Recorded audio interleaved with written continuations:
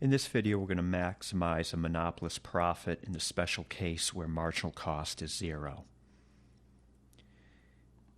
So first, some preliminaries. If marginal cost is zero, MC equals zero, the profit maximizing output will be characterized by the following. It'll occur where marginal revenue equals zero. So generally, we maximize profit where marginal revenue equals marginal cost. Since marginal cost is zero, we will be essentially setting marginal revenue equal to zero. We will find that the price is positive. The price will not be zero when marginal cost is zero. So there will be a positive price. The output level will not be infinite or unlimited. There will be some positive output level. That'll be a lot less than infinity. The profit maximizing price will be at the midpoint of the demand curve where demand is unit elastic. The profit maximizing quantity occurs where marginal revenue touches the horizontal axis.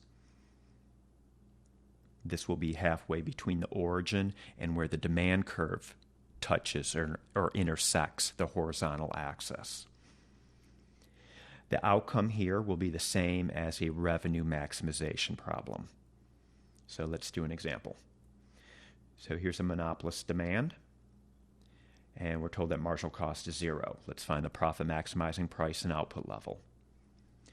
Solving for the profit maximizing price and output level, first thing we're going to do is get the inverse demand. We're going to take this demand equation and solve it for P. You might have an example where it's already in that form. If so, you can skip this step. But if you don't have the inverse demand, we want to solve for P. So doing that over here, dividing through by 2, we have our inverse demand. Setting up total revenue. Total revenue is price times quantity. What is price? 37.5 minus 1/2 Q. So I put that in parentheses, and that's all multiplied by Q. So just substituting this P term, okay, for 37.5 minus 0.5 Q. Doing some multiplication, and now we get marginal revenue by taking the derivative of total revenue, and we get marginal revenue of 37.5 minus Q. Notice that marginal revenue will look like the inverse demand, except its slope is twice as steep. Instead of minus 0.5 here, we just got 2 times that, or minus 1Q. So setting marginal revenue equal to 0, solving for Q, that is our profit maximizing output level, 37.5 units. To get the profit maximizing price, plug this Q back into the inverse demand and solve.